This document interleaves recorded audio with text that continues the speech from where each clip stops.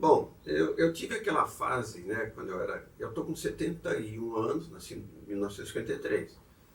E nos anos 50, 60, houve uma fase que quadrinho era considerado coisa do mal.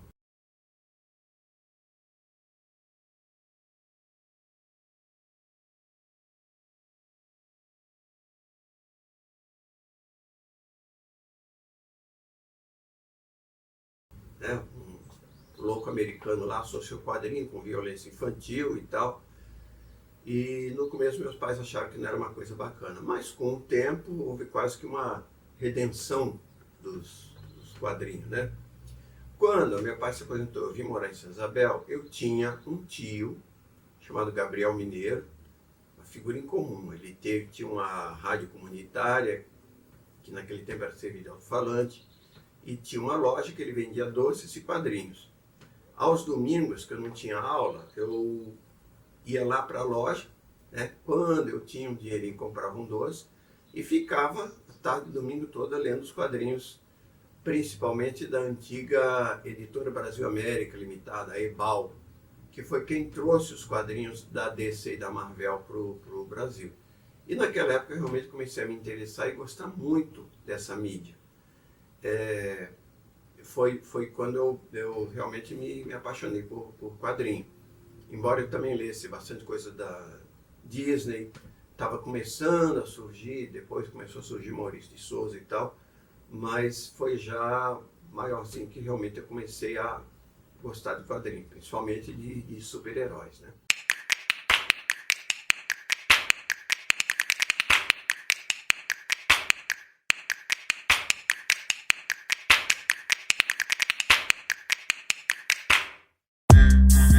Sobrevivente, fala assim, eu sempre falo assim, é o único sobrevivente da cidade, hein? Aí o pessoal fala assim, não fecha a banca, se você fechar não tem mais. Tem gente que não deixa a gente fechar mesmo.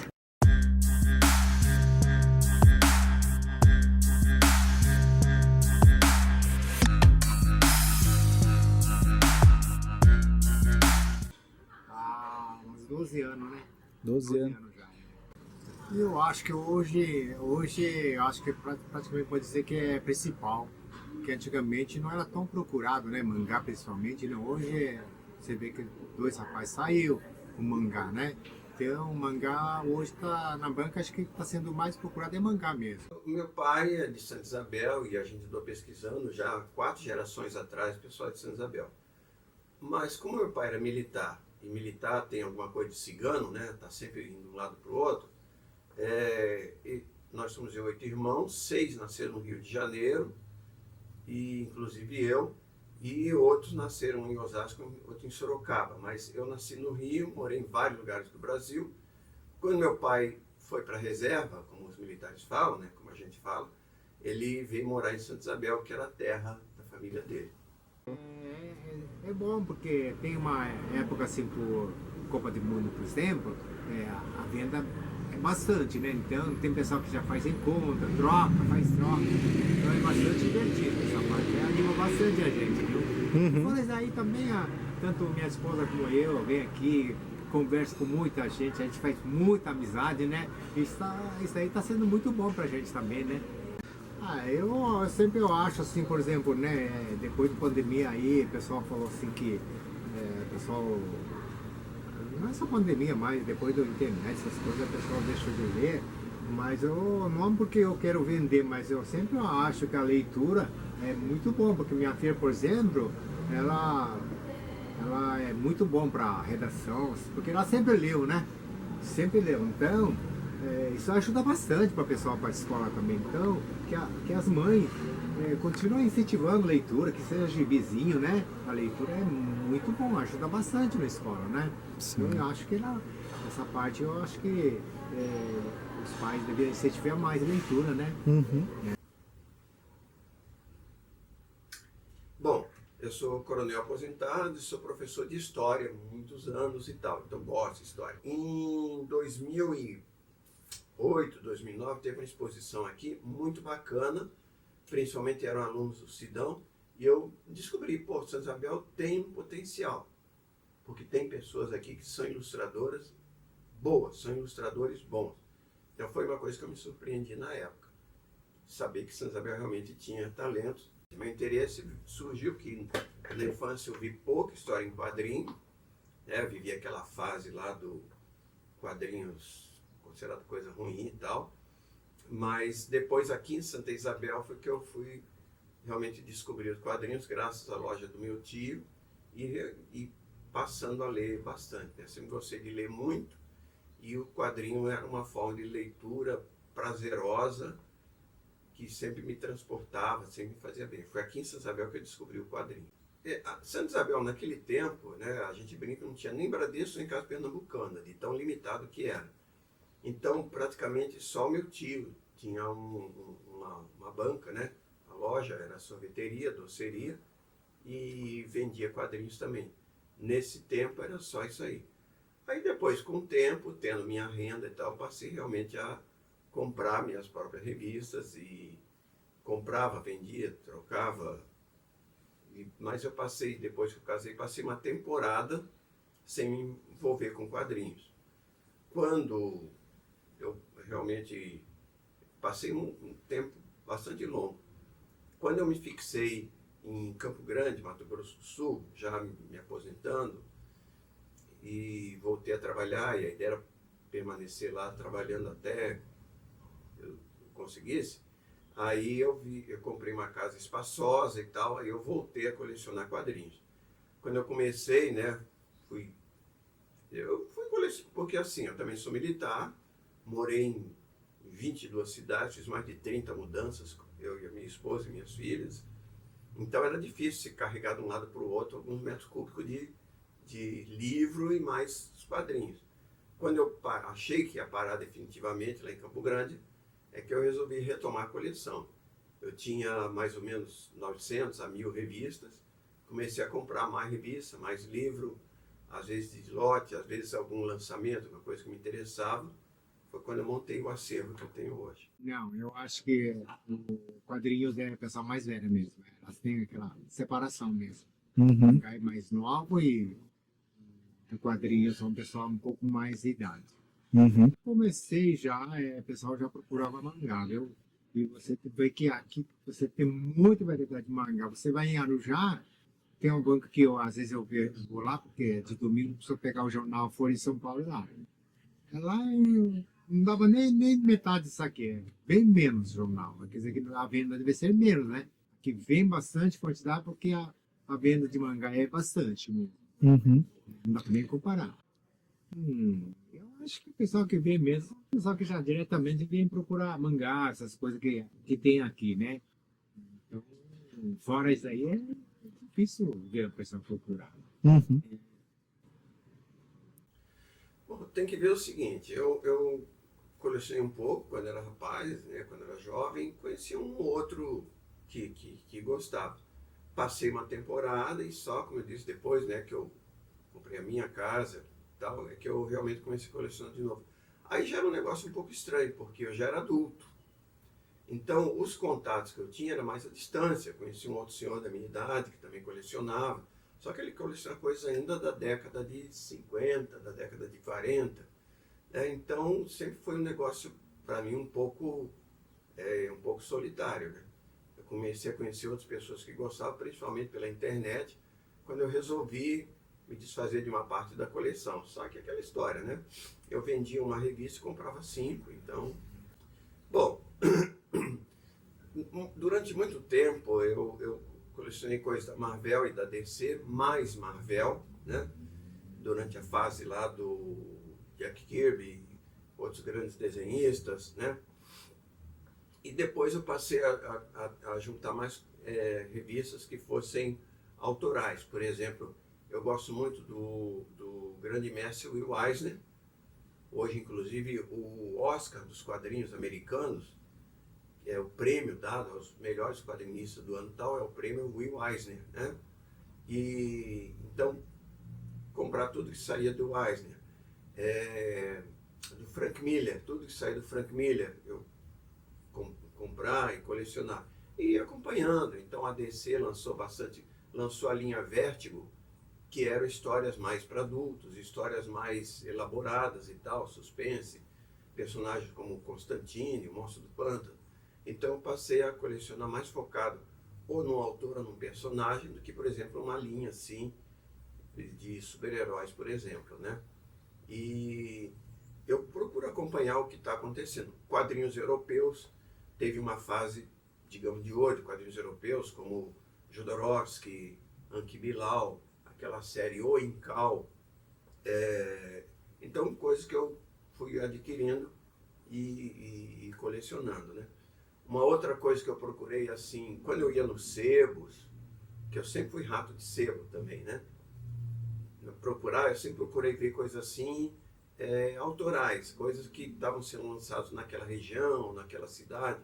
Então eu tenho uma prateleira de coisas assim, de Santa Maria, do Rio Grande do Sul, alguma coisa de Curitiba, quando eu morei no Nordeste, alguma coisa de Recife e tal, que eram de autores locais, né? Tem uma coleçãozinha disso também.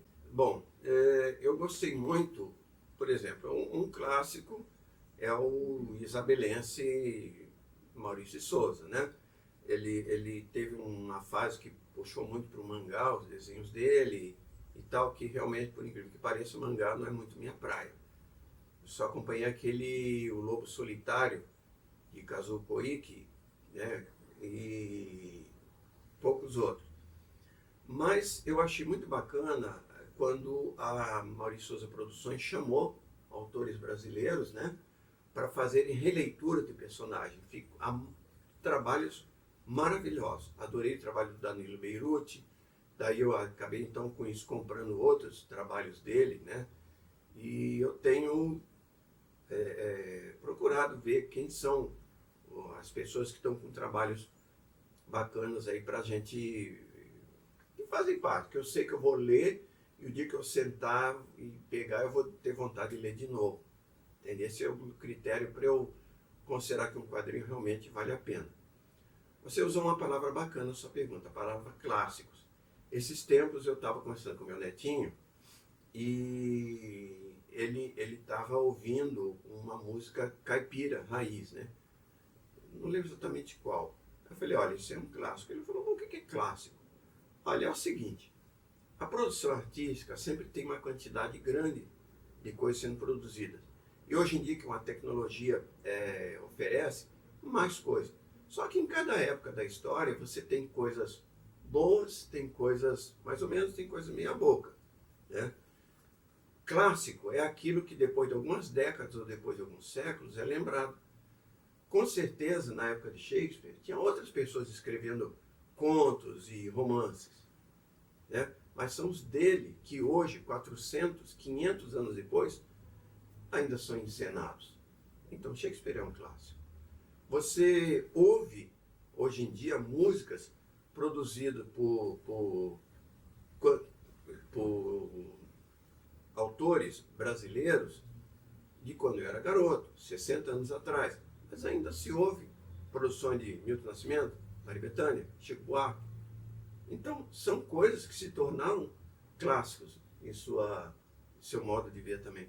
Então, hoje em dia, eu acredito que na nona arte, na arte dos quadrinhos também, se produzem coisas que daqui a 30, 40, 100 anos vão estar sendo reeditadas e provavelmente em forma física. Tá? Assim como se produz coisas que vão sumir no tempo. Sidão, o professor de desenho Sidão é um dos deles que compra, né, já direto, né? Tanto é que ele já deixa até separado. Então, fora isso aí, tem um senhor que leva muito também. Isso aí leva mais o quadrinho HK, né? Mas esse senhor não leva mangá, não. Mas ele é muito frequente aqui. leva bastante também. Uhum. E tem o Marcos também, né? Tem um rapaz que manda guardar um mês e ele vem pegar, também ele leva mais o HK. Ele escreveu esse último aí, ele perguntou se podia deixar para ele. Tudo bem, vou deixar, né? Aí eu vendo para ele, eu tiro a porcentagem, que é a mesma coisa que outras distribuidoras manda, né? Então, ele vai deixar aí, até que vendeu bastante até.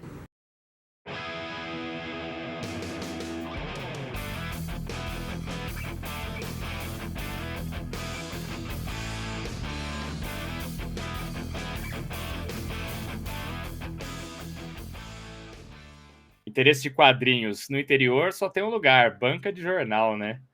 Quero um bookplate com foto dessa cena. Essa cena aqui, ó. Posição, já mostramos. Tcharam! Olha só. Aí, ó, estava para ser feita pipoca. história. Aqui, na verdade.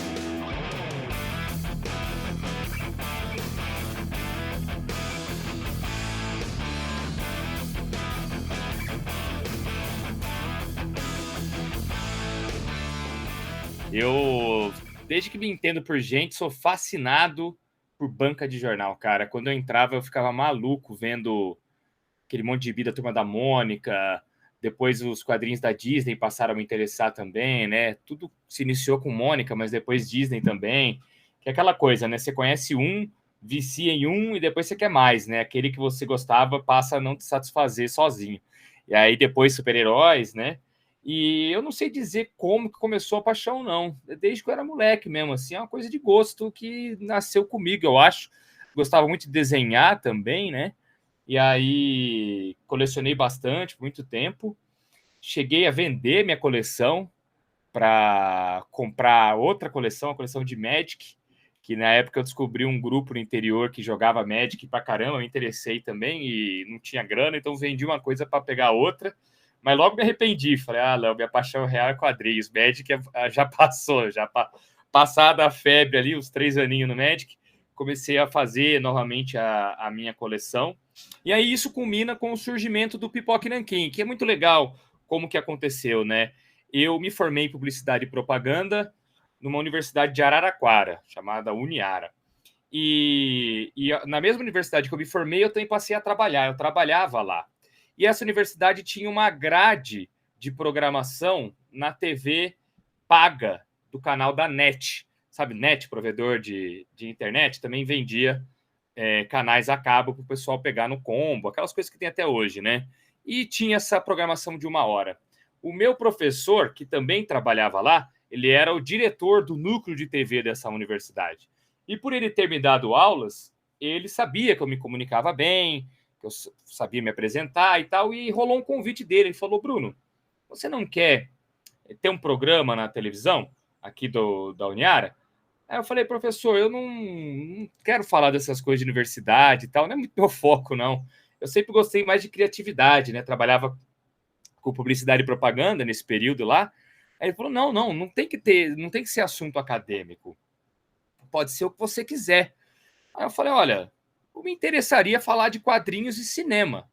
Falei, fechou, quer falar de quadrinhos e cinema? Bora. Eu falei, pô, professor, obrigado, agradeci o convite. E daí pensei, bom, quem que eu vou chamar para apresentar o programa comigo, né? Chamei 2 amigos que eu tinha na época e compartilhavam do gosto de quadrinhos. 11 programas depois, esses 2 amigos não aguentavam mais fazer o programa. Era bastante trabalho tocar um programa desse. Eles falaram, não tem retorno nenhum, não ganha dinheiro, não ganhava nada, era só óbvio. E eles falaram, não queremos mais fazer e tal. E aí, veja só como é o destino, né? Nessa época, quando a gente estava gravando o 11º episódio do Pipoca e Nanquim, como ficou batizado o programa, né? Pipoca por cinema, Nanquim por quadrinhos, os assuntos tratados no programa.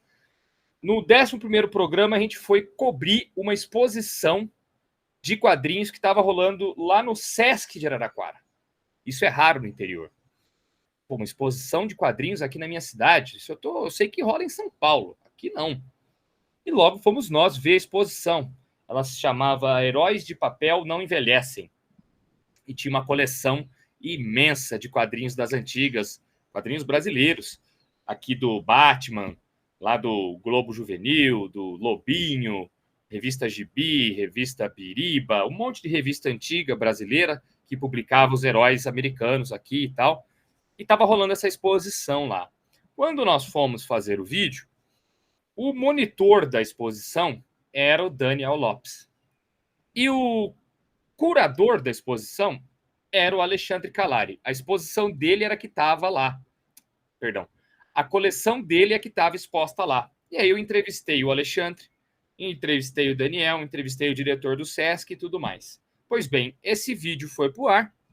Passou-se um tempo, meus 2 amigos vieram me falar que estavam saindo do programa porque não estava dando conta de combinar isso com suas tarefas profissionais e pessoais.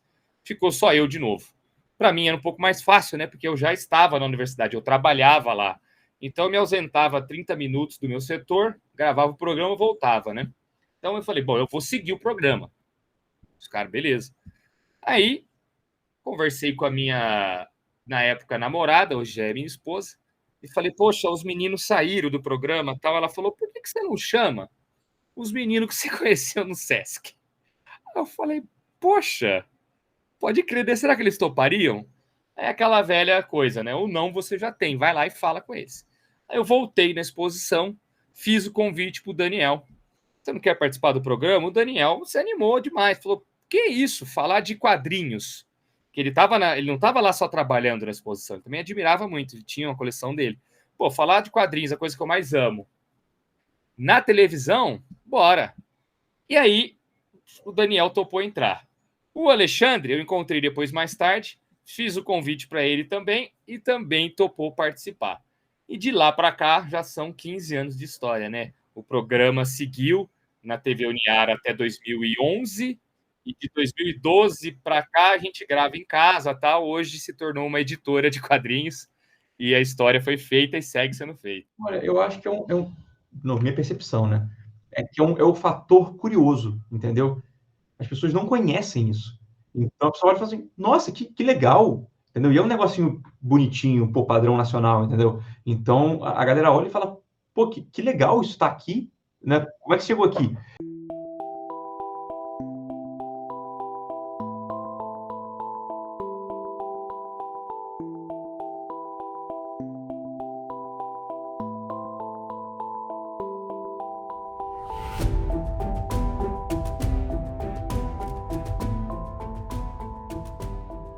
E aí isso acaba vendendo. Então, eu acredito que se tivesse uma loja que tem isso, né? Tipo, o campista gosta muito do que está na moda, entendeu? Então, abre uma hamburgueria nova, todo mundo vai para ela. Aí ela fica lotada. Aí abre a próxima, todo mundo vai para ela.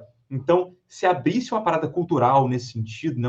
Uma escola barra loja de material, barra loja de quadrinho, eu acho que daria um barulho, entendeu? E as pessoas, talvez, nesse momento, você descobrisse quem é o público que está solto aí, que não tem esse lugar, não sabe para onde olhar, eles iam olhar para um lugar só, entendeu? Sou eu aqui tentando planejar a cidade. Cara, tem banca de jornal, mas elas são difíceis de encontrar só no centro e vende a postura de concurso, muito mais do que quadrinho, entendeu? Quadrinho você compra na leitura do Boulevard, né? Na livraria do shopping, que é a única que tem. Olha, eu nunca vi.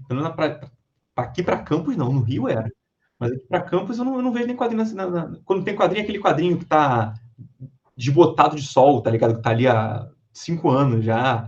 Não tem, entendeu? Não tem distribuição, não chega a distribuição. As bancas aqui vêm jornal local, apostila e salgadinho, entendeu? Então, cigarro, sei lá. Porque tem muita competição. Eu digo assim, tem Netflix, videogame, tem muita coisa para gastar o tempo. O que vai, entendeu? Só se talvez tivesse uma parada, não. Tem um cara fodão que fez notícia, esse cara mundialmente famoso quadrinista, entendeu? E aí talvez a cidade se toque, eu tenho uma novela, esse tipo de coisa, entendeu? Aqui no Pipoca Nanquim, nós temos 3 integrantes, né? Eu, o Alexandre Calari e o Daniel Lopes. Eu e o Daniel Lopes vindos do interior e o Alexandre não. O Alexandre sempre foi de São Paulo. Eu o conheci no interior quando ele se mudou para lá para acompanhar sua esposa, que sua esposa era do interior, ele não. E o Alexandre é apaixonado por quadrinhos, tanto quanto nós, tem uma coleção com o dobro do tamanho da minha e viveu a vida toda em São Paulo. Na minha época, né, essa época que a gente colecionava, o Alexandre começou nos anos 80, eu comecei nos anos 90, essa época o entretenimento não era não era tão farto quanto é hoje. Né? Hoje você tem streaming pra caramba, você tem jogo de videogame no celular, você tem um monte de rede social. Naquela época tinha televisão aberta, tinha banca de revista, tinha o Super Nintendo ou o Mega Drive, tinha pouca coisa, jogo de Magic, né, tabuleiro, tinha bastante coisa legal para fazer também. Mas a paixão por quadrinhos sempre teve ali. Eu, como falei, gosto de quadrinhos desde que me entendo por gente. E aí, logo que eu entrei na escola, na primeira série, eu fiz um amigo lá que papo vai, papo vem, descubro que ele também gosta de desenhar. Eu gostava de desenhar. E aí, por ele gostar de desenhar, descubro que ele também gosta de gibi. E aí, pronto, tem um amigo na escola que também gosta da mesma coisa que eu. E os vizinhos da minha rua, interior tem muito aquela coisa do bairro, né? Dos amigos do bairro. Eu tinha muito vizinho nessa época, brincava muito na rua, jogar bola, brincar de esconde-esconde, pega-pega, polícia e ladrão, um monte de coisa. Entrar na garagem dos vizinhos e na minha, sabe, para jogar tabuleiro. Quando o pai e a mãe saíam para trabalhar, na hora que voltava de carro, tinha que fechar o jogo e ir para outro lugar. E na rua também logo consegui amigos que compartilhavam do gosto comigo. Sempre tinha uns 2 ou 3 na rua, uns se mudavam, mas logo chegavam outros com interesses iguais. Então, por sorte, eu consegui sempre compartilhar isso com outras pessoas. Eu não estou sentindo que eu estou no interior nesse aspecto, entendeu? De qualidade de vida, de ritmo, não estou, entendeu? Eu estou no caos ainda, entende? A galera do Desembar são jovens universitários que a gente sai pra rua pra desenhar no bar, entendeu? Tá começando a ter uma cena artística, de artes visuais nesse sentido, entendeu? A gente tem feito desde o ano passado, isso tá começando a surgir. Mas artes visuais é mais fácil de fazer porque é mais abrangente, o quadrinho é muito específico. Meu plano é transformar o Desembar em uma parada de quadrinho em algum momento, assim, pelo menos introduzir o quadrinho. Mas não cheguei lá ainda, entendeu? Quando alguém pensa em desenho como um todo, lembra de mim, mas de trabalho, não, e a culpa é minha. É porque eu não estou me vendendo para campus, entendeu? Os meus trabalhos de quadrinhos são Brasil, são para fora, entendeu? Inclusive, eu sou o cara que faz trabalho não para fora do Brasil, mas, tipo assim, não tem nem cliente em campus, entendeu? Eu nem procurei, nem tentei, porque eu poderia tentar movimentar uma cena aqui no sentido de que, faça quadrinhos para a sua empresa, ou, enfim, para coisas da cidade, entendeu?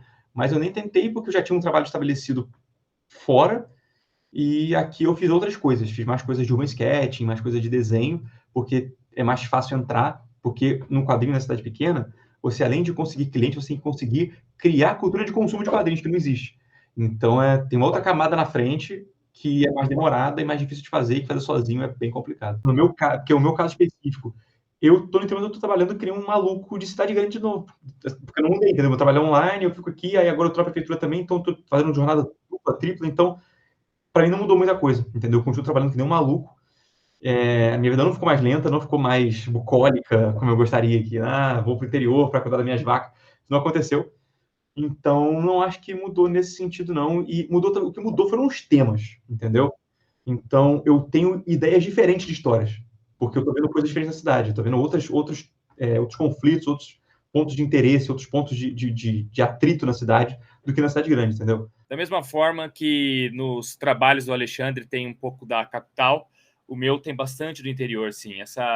Esse jeito mais simples, mais caipirês, o próprio sotaque nosso é muito evidente que a gente é do interior de São Paulo. Eu me recordo do Alexandre escrevendo seu livro A Floresta das Árvores Retorcidas.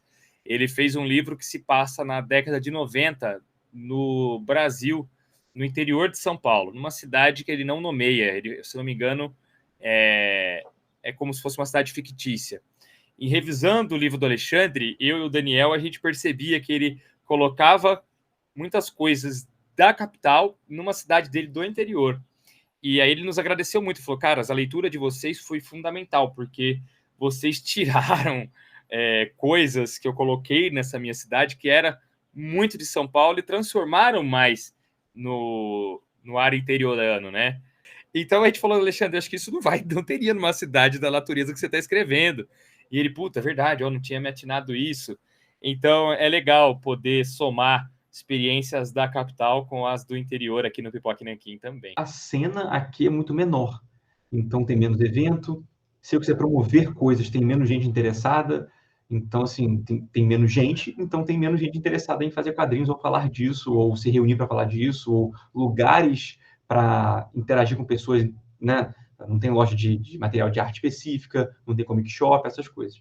Em compensação, a vantagem é que eu sou o cara que faz quadrinho, entendeu? Então, em muito pouco tempo, eu me tornei o quadrinista da cidade, o cara referência, porque só tem eu, entendeu? Ou pelo menos só tem eu trabalhando com a qualidade profissional, né? Trabalhando para fora de campus, entendeu? Então, a vantagem é que eu fiquei famoso, fiquei conhecido rápido. A gente era e ainda é, né, muito amigo do Luciano Salles, que é um autor que publicou muita coisa independente, depois foi publicado pela editora Mino também. Antes do Pipoca Nanquim existir, o Daniel prestava serviços editoriais para a Mino e editou alguns dos trabalhos do Luciano Salles lá, e ele era amigão nosso. Mas em banca de jornal mesmo, a gente já encontrava trabalhos de autores como Marcelo Cassaro e Eric Awano, com o Holly Avenger. E eu me apaixonei por Holly Avenger, porque na época que saía eu também jogava RPG.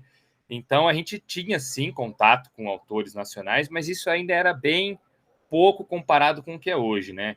Nós estamos falando aí, o Pipoca Nanquim surgiu em 2009. Quando o Daniel e Alexandre entraram, na época dessa exposição, foi 2010. Já se vão 14 anos da exposição e 15 anos da fundação do Pipoca. E o mercado de quadrinhos independente era outro naquele período. Hoje está muito melhor, está bem mais desenvolvido, muito mais autores. Mas o quadrinho independente sempre esteve presente por lá também. Mais à frente, nós viemos conhecer o Camilo Solano, que é de São Manuel, se tornou muito amigo nosso também, já foi publicado pela editora Pipoca Nanquim 2 vezes. Então é legal ver que a cena de quadrinhos independente está muito forte no interior também. Já era naquele período e hoje muito mais. Sim. Porque o que volto a dizer, o que tinha que ser feito era que os lugares de ensino, as escolas ou as faculdades daqui, ou o governo, né, tivesse programas que vão incentivar a galera a fazer quadrinhos, e daqui a 5, 10 anos, a gente vai ter quadrinistas da cidade que nasceram e foram criados aqui e que tem o interesse de publicar os quadrinhos, e sair da cidade. Tem que ser uma coisa de dentro para fora, entendeu? De fora para dentro é muito difícil de entrar. Eu acho que, como que Campos é grande, mas tem uma energia de interior, porque eu falo que sou do Rio e que faço coisas lá, e todo mundo fica impressionado e fica valida, entendeu? Existe uma coisa meio viralatista muito forte, de que, por exemplo, eu tô na prefeitura agora porque eu sou um cara da cultura do Rio, e, tipo assim, tem gente fazendo cultura na cidade também, mas essa galera não tem um status, entendeu? Que eu vim de um lugar mais avançado, entre aspas, entendeu? Então tem essa viralatismo, que nem o brasileiro tem o viralatismo de maneira geral, Campos tem o viralatismo específico, entendeu? São 2 camadas de viralatismo. Mas ao mesmo tempo que as pessoas olham e falam, caralho, que maneiro que esse cara veio de lá e não sei o quê, eles têm uma certa resistência a ouvir as ideias que eu tenho, porque eu não sou aqui, entendeu? Então, tipo assim, nossa, que incrível que as coisas que ele faz funcionam, mas eu quero que funcione aqui, tu fala, não, aqui é diferente, você não conhece, entendeu? Então é meio ambivalente, assim, é difícil de fazer, tá ligado? Eu dou ideias e falo assim, cara, tem que fazer assim, assim, assado, vai funcionar isso até na prefeitura mesmo, no governo, entendeu? E a galera fala, pô, você não é daqui, você não conhece ainda, você vai entender. Eu entendo, cara, eu tô ligado, eu sei, entendeu? Mas é difícil ser ouvido, tem que estar me provando. É difícil, porque é contraditório, né? Ao mesmo tempo que eu sou respeitado porque eu sou de fora, eu não sou respeitado porque eu sou de fora. Depende da situação, entendeu? Eu não sei atribuir, é difícil, cara. A minha história tá tão entremeada com o interior que é difícil atribuir o que se deve a isso e como que seria caso eu não tivesse morado no interior. É muito difícil. No meu caso, eu sempre gostei de desenhar e eu escrevia história em quadrinhos quando eu era muito garoto e segui fazendo isso até 2006, tentando realmente ser desenhista de quadrinhos profissional. Eu fiz fanzine, eu frequentei Anime Friends aqui em São Paulo quando começou. Meu primeiro Anime Friends foi em 2004 e depois em 2005 eu vim também como fanzineiro, com mesa no Arts Valley da época. Se não me engano, o Anime Friends começou em 2003. Foi, porque em 2023 completou 20 anos. Então eu já fui da segunda edição para frente como quadrinista, aquele esquema de fazer quadrinho e levar numa papelaria, fazer o xerox, grampear no meio, e vender no evento. E aí, em 2006, isso deixou de ser uma rotina para mim, porque eu entrei na faculdade em 2005 e começou a ficar muito atribulado minha vida. Aí eu arrumei um trampo também que intercalava com a faculdade, né? Então eu estava trampando em 2 períodos, fazendo faculdade em outro, não tinha mais tempo de desenhar. Desencanei disso, levei essa paixão para o lado do programa de TV, né? E depois de um tempo, a minha mudança do interior para a capital se deu para trabalhar com quadrinhos também. Primeiramente, eu arrumei um trabalho na loja Comics Bookshop. Eu ia trabalhar no setor de marketing deles lá, por vir da formação de publicidade e propaganda. E apenas 2 semanas depois de ter ingressado na Comics, eu recebi um convite para trabalhar na Mitos como editor de quadrinhos também, que era o meu objetivo principal desde o começo. Eu queria trabalhar como editor. Eu queria sair da área do marketing e editar quadrinhos. O Daniel já estava fazendo isso desde 2012 e o Alexandre desde 2011, também na Mitos. Então eu estaria ao lado dos meus amigos e isso aconteceu em 2013. Dia 21 de janeiro de 2013, eu já estava editando quadrinhos lá na Mitos. E dia 1 de janeiro de 2013, eu entrei na Comics. Aí eu levei ambas as carreiras ao mesmo tempo. No período noturno, eu fazia todas as coisas de marketing para Comics, e no período do dia e da tarde, eu trabalhava na Mitos. De fim de semana, fazia freelance tanto para Mitos quanto para Comics. Então, minha vida estava totalmente atribulada nisso novamente, né? E foi por isso que eu saí do interior e vim para a capital. Quando, em 2017, a gente percebeu que os nossos conhecimentos poderiam ser aplicados numa editora nossa, foi onde nós transformamos o Pipoca Nanquim em editora. E uma vez transformado em editora, passou-se um tempo, aquele sonho antigo de fazer quadrinhos retornou. Porque, poxa, agora a gente tem uma editora de quadrinhos, a gente sempre gostou disso, eu sempre quis fazer isso, o Alexandre também. O Daniel agora que está colocando isso em prática, mas ele não tinha essa vontade desde muito moleque, igual eu e o Alexandre. E fizemos amizade com grandes desenhistas e aí viabilizou os projetos de quadrinho. Então, se por um lado a vontade de fazer quadrinhos existe desde um período que eu vivo no interior, por outro, isso só foi possibilitado depois que eu me mudei para a capital. Porque aqui eu pude trabalhar com isso, algo que eu jamais poderia lá no interior, né? Trabalhar numa editora de quadrinhos como editor. No interior não dava, só aqui em São Paulo. E a nossa editora também, a gente sente que esse trabalho que a gente faz é muito mais viabilizado por ser São Paulo, que é onde acontecem as grandes reuniões e tudo mais, do que no interior. Então, as duas coisas andam de mão dada.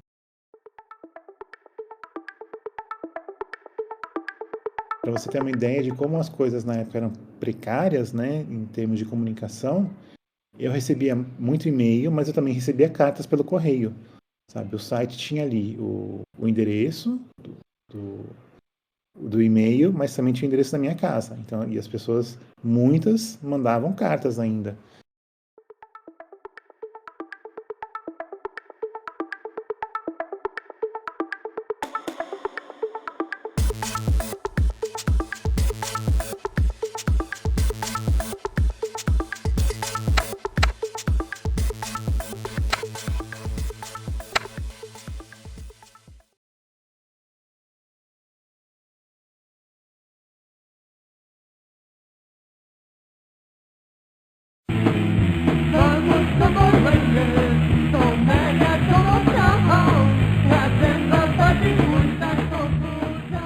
Bom, na época então não tinha rede social, não tinha nada, né? Assim, as pessoas para descobrir um site, elas tinham que se informar, muitas vezes até na mídia tradicional, sabe? Tipo assim, comprando um jornal, comprando uma revista que publicava os endereços dos sites e as pessoas entravam, né?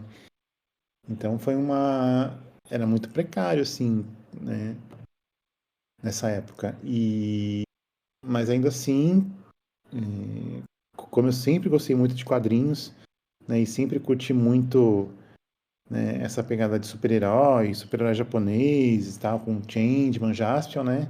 Eu sempre tive muita vontade de fazer meu quadrinho. Então, quando eu descobri ali a possibilidade, sabe, de você pegar o seu computador na sua casa, escrever a sua própria história e colocar no meio onde pessoas pudessem ler, na época não é que era difícil pra gente, né? Porque era o que tinha, né? Era a possibilidade que nos era oferecida. Então, eu assim, não pensei duas vezes e comecei a escrever minhas histórias e colocar online, né? De um jeito super precário ainda, né? Eu mesmo fazia o site, eu mesmo fazia toda a parte de programação e assim foi, né? As pessoas começaram a entrar, uma começou a falar para outra, a divulgação era muito por e-mail também, que era o que unia as pessoas na época, né? Fóruns e tal, ferramentas que existem até hoje, mas, né, são cada vez mais nichadas, né? Mas aos pouquinhos eu fui criando massa crítica, as pessoas iam, né, recomendando umas para as outras. Tinha matérias em revistas, em jornais também, porque, né, era uma novidade muito grande, né, ter um quadrinho online, um quadrinho na internet, né, ainda mais que tinha alguns recursos de animação, de som. Então, assim, acho que foi um trabalho bem inovador para a época, né, tanto que é lembrado até hoje. É porque não tinha, na verdade, né, não tinha nenhum outro quadrinho online. Óbvio, tinha pessoas que colocavam suas tirinhas online, né, aquela coisa dos 3 quadrinhos, e tinha quadrinhos estáticos, né, que eram as páginas ou escaneadas ou mesmo, enfim, desenhadas digitalmente, mas do jeito que era Combo Rangers, que era uma publicação semanal, com novas histórias a cada semana, com uma história contínua, e principalmente com recursos de animação, não existia. Então foi o primeiro mesmo, tanto que tinha tecnologias que na época eu meio que tive que inventar, assim, por exemplo, o carregamento de páginas enquanto a pessoa estava lendo, né? Que era uma coisa que não existia ainda e Combo Rangers foi assim, possivelmente foi o primeiro site do mundo a fazer isso. Cara, sem dúvida nenhuma, eu acho que existe uma angústia na cena de quadrinhos no geral, que é onde que estão os leitores, será que eles conhecem ou não quadrinhos brasileiros? E eu acho que a gente está no melhor momento para a formação de novos leitores.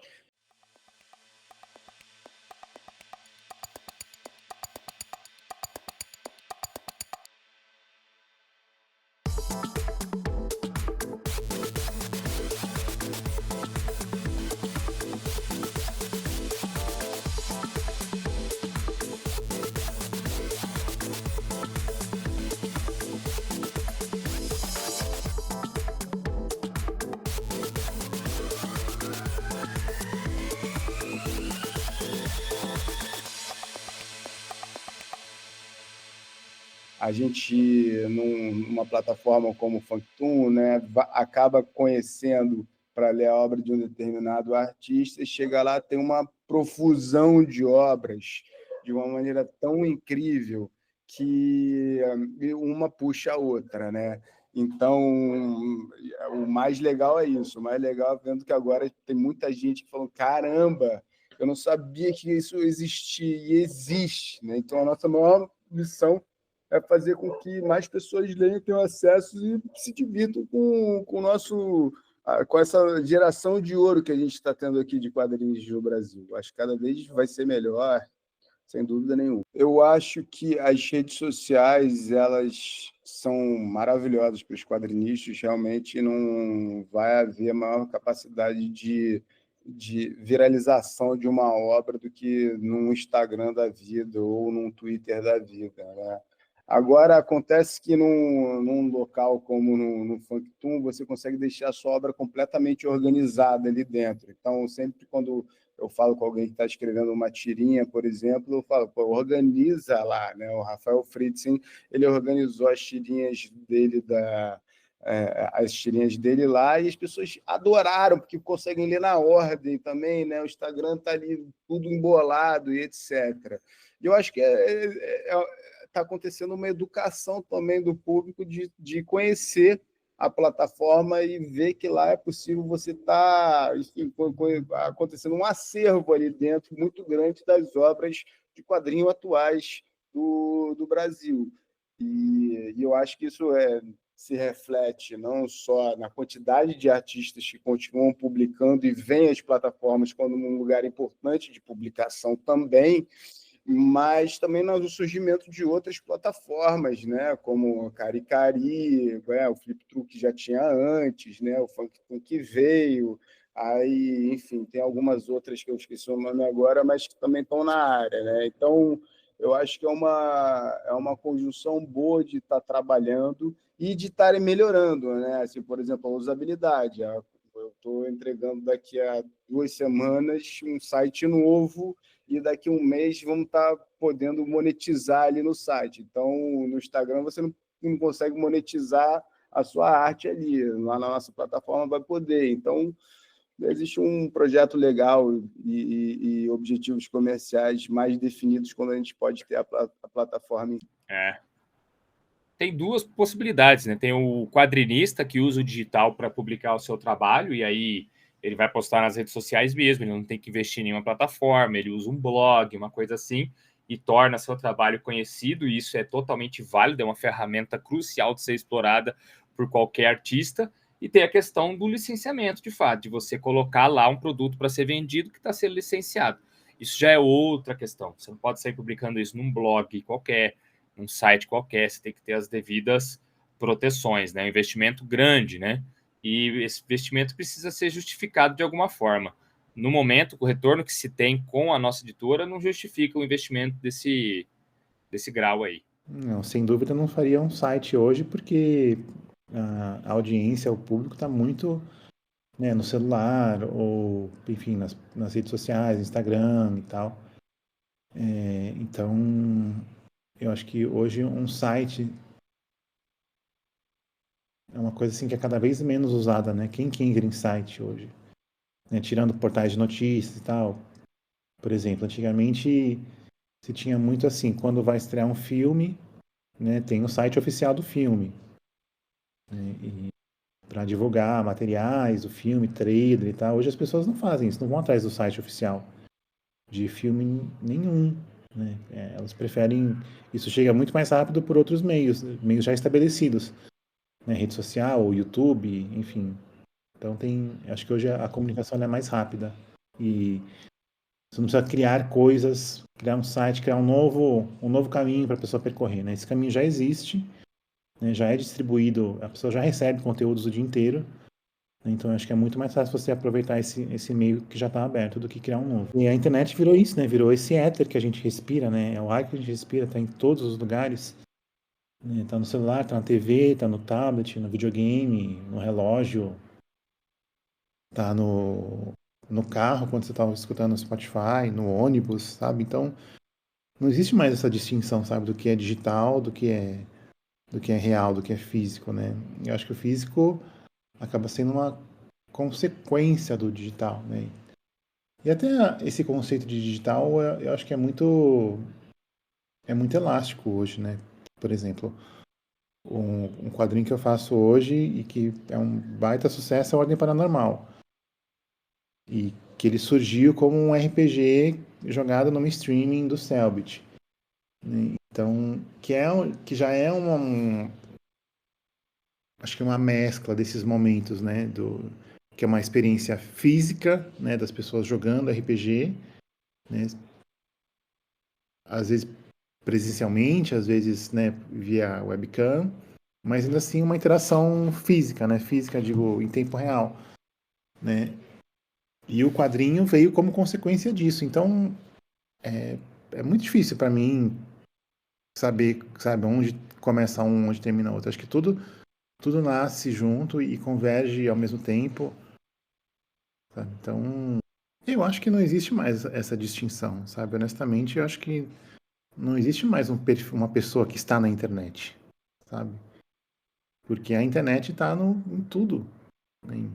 No nosso, assim, do momento que a gente acorda, sabe? Passando pelo... Se você vai para um trabalho presencial, você vai escutando um streaming, você checa seus e-mails, você checa a sua rede social, ou vai assistindo algum vídeo, ou lê alguma coisa no Kindle, que seja. Né? No seu trabalho, fatalmente, você vai usar alguma coisa de internet, alguém vai comentar alguma coisa que viu, que leu, vai te mostrar um meme, você vai receber mensagens o dia inteiro, memes o dia inteiro, vídeos o dia inteiro. Então, é isso, não existe mais uma, uma realidade digital, porque tudo engloba tudo hoje, absolutamente tudo, né? Então, os eventos físicos também passam por isso, né? Eu não consigo, assim, conceber uma pessoa que vai num evento, por exemplo, atrás de um autor novo, e por novo eu digo, sei lá, que surgiu nos últimos 10 anos, que tenha conhecido essa pessoa por um meio não digital, entendeu? É raríssimo, raríssimo. Alguém que chegou numa livraria, sabe, e que comprou, sei lá, o Arlindo, entendeu? Assim, estatisticamente aconteceu, mas, né, se você entrevistar 100 pessoas, quantas vão ter encontrado o Arlindo porque foram na livraria e se apaixonaram pelo quadrinho físico, né? Entende? Então, acho que não tem mais essa distinção. Acho que tudo é online, tudo é digital e o físico está muito entremeado nisso, sabe? Olha, falando da editora POC Nankin especificamente, o nosso mercado digital ele é minúsculo, tá? A gente converte quase tudo que publica para o Kindle da Amazon, né? Então, não é uma conversão feita por nós, ela é feita pela Amazon, de títulos licenciados por nós. Nem todo contrato permite a publicação digital, mas os que permitem a gente coloca. Mas isso representa 1% da nossa renda total. É muito, muito pouco. O que eu mais percebo é que no interior, bancas de jornal sumiram, livrarias são raras, e o pessoal usa o digital muito para comprar quadrinhos físicos. Então, o pessoal entra nas lojas virtuais de comic shops ou mesmo nos grandes varejos, como a Amazon mesmo que eu mencionei, para comprar os gibis, que são entregues lá. Mas o uso do digital em si, da pessoa ler num aparelho, ler num tablet e tal, hoje, para a Pipoca Nankin, é uma fatia minúscula de mercado e a gente nem tem planos de expansão nem nada do tipo, enquanto essa for a nossa realidade. Investir em plataforma digital custa muito dinheiro, porque você tem que garantir que aquela plataforma vai ser contra a pirataria. Nenhum licenciante vai permitir que o produto dele seja colocado numa plataforma onde é possível que aquele produto vaze, que aquele produto seja pirateado por aí. Os licenciantes, eles querem resguardar suas licenças. E fazer um site desse tipo, ele é muito caro, é muito difícil. Fazer um aplicativo, uma plataforma que a pessoa possa ler um monte de coisa e tal, não é fácil. Por isso que a gente usa o que já existe da Amazon, né? Então, esse é o maior desafio de qualquer editora de quadrinhos hoje. Ou ela vai usar uma plataforma de uma Big Tech aí, que já tem tudo isso criado, ou ela vai ter que gastar, investir, né, muito dinheiro para criar sua própria plataforma para colocar seus quadrinhos lá. E não vemos um motivo para fazer isso, gastar toda essa grana, uma vez que o retorno financeiro que hoje se tem, no caso da Pipoca Nankin, é de nem 1%. 1% e pouco, vai, de todo o capital da editora. Então, o quadrinho digital ainda é um assunto que está engatinhando. Esses mundos, eles meio que colidiram e convergiram, né? Tem os quadrinhos impressos, né? Tem versões digitais também, para Kindle, para essas plataformas digitais, mas assim, em termos de acesso e de público, hoje é uma fração, assim, uma fração muito pequena de pessoas que compram o digital, ou que leem no digital. A maior parte mesmo é nos quadrinhos físicos, então... Assim, é impressionante a capacidade do alcance do digital. Isso daqui eu não tenho palavras, até mesmo. Eu acho que existe um fetiche do impresso super legal, mas que também impede o artista de pensar um pouco mais longe quando, por exemplo, vai fazer um catarse, pelo menos 50% do que ele capta lá é para imprimir, né? Eu sou muito mais a favor de pagar mais o artista para continuar produzindo, a gente ver mais obras do artista, né? Acho que existem métodos de publicação muito mais interessantes e inteligentes a serem desenvolvidos daqui, porque se eu consigo, né, com o Catarse da vida, imprimir 1.000, 2.000 exemplares da minha obra, cara, tem obras no Factum que já foram lidas mais de 500.000 vezes, né? A gente tem milhões de leituras no aplicativo, assim, na casa dos milhões. Então, quando a gente vê mesmo, até mesmo na nossa experiência impressa, a capacidade que tem de leitura no aplicativo digital é muito desleal à concorrência. O digital ele é muito legal para democratizar, para popularizar, e eu acho que esse é o objetivo, né? Popularizar as obras e os artistas serem reconhecidos e, em breve, quem sabe também, serem muito bem remunerados. Eu não tenho a menor sombra de dúvida de que o digital é o único caminho possível. O único. Os quadrinhos mais lidos no mundo hoje são todos os 10 quadrinhos mais lidos do mundo são todos webtoons. São todos digital no celular.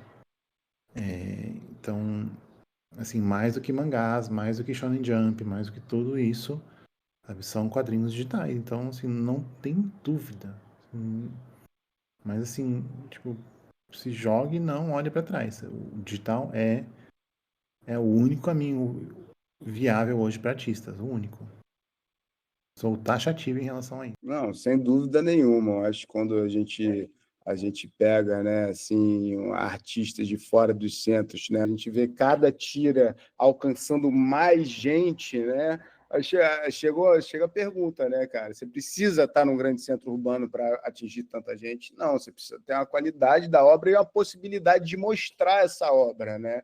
E eu acho que uma coisa vai puxando a outra. A gente tem ali, lógico, as redes sociais como uma primeira plataforma de publicação, mas quando você também está numa plataforma como o Factum, por exemplo, ou alguma outra qualquer, aquilo dá também uma certa chancelada, você vai participando da cena e quando vê, cara, você está fazendo sucesso, né? Isso é muito legal. O dado que chega mais objetivo, claro, que são os grandes centros urbanos, tem mais quantidade de gente acessando, mas tem muita gente também fora dos grandes centros urbanos, e o que é mais legal ainda, que eu acho que são muitos autores fora dos grandes centros urbanos. Isso, para mim, é o maior... É a coisa que, na verdade, sempre foi o objetivo mais puro, digamos assim, de fazer uma plataforma como essa, porque a gente acha artista do Rio de Janeiro, de São Paulo, de Salvador, isso é relativamente muito mais fácil do que achar algum artista do interior, mas quando o artista do interior chega lá e consegue ver uma plataforma para publicar suas histórias, isso é muito legal, e a gente tem bastante autor fora dos grandes centros urbanos, isso é o máximo. O mais importante do movimento é que as pessoas ajudem a cena a ficar mais forte, né? Muitas vezes que eu vejo, mas isso não é uma culpa do mercado digital, é que a gente perde muito tempo com discussões de brigas, de ansiedades, e as coisas acabam não indo tanto para frente. O que importa mesmo é a gente estar divulgando o trabalho dos amigos, divulgando mesmo as plataformas concorrentes. Eu sempre estou botando alguma coisa do Flipthrough, do Caricari, das editoras, sabe? Assim, eu acho que a gente precisa muito estar junto para esse mercado ir mais longe. E quem sabe um dia fazer uma força para o preço do papel cair, e a gente tem incentivo para publicar, e a gente voltar o quadrinho ser uma publicação barata, né? Que não faz sentido. Eu quero construir marca, eu quero que as coisas sejam publicadas regularmente. Eu não quero ficar... Imagina, eu quero vender quadrinho para criança, para adolescente. Pô, imagina uma criança ter R$100 para pagar um quadrinho por mês. Isso é uma sacanagem, sabe? Só tem Gibi da Mônica, também é sacanagem com tanta gente talentosa. Então, por enquanto, a gente vai para o digital. Vamos tentar dar esse tempo de tela de qualidade para as crianças e para os adolescentes e vamos fazendo o movimento crescer. Acho que é isso.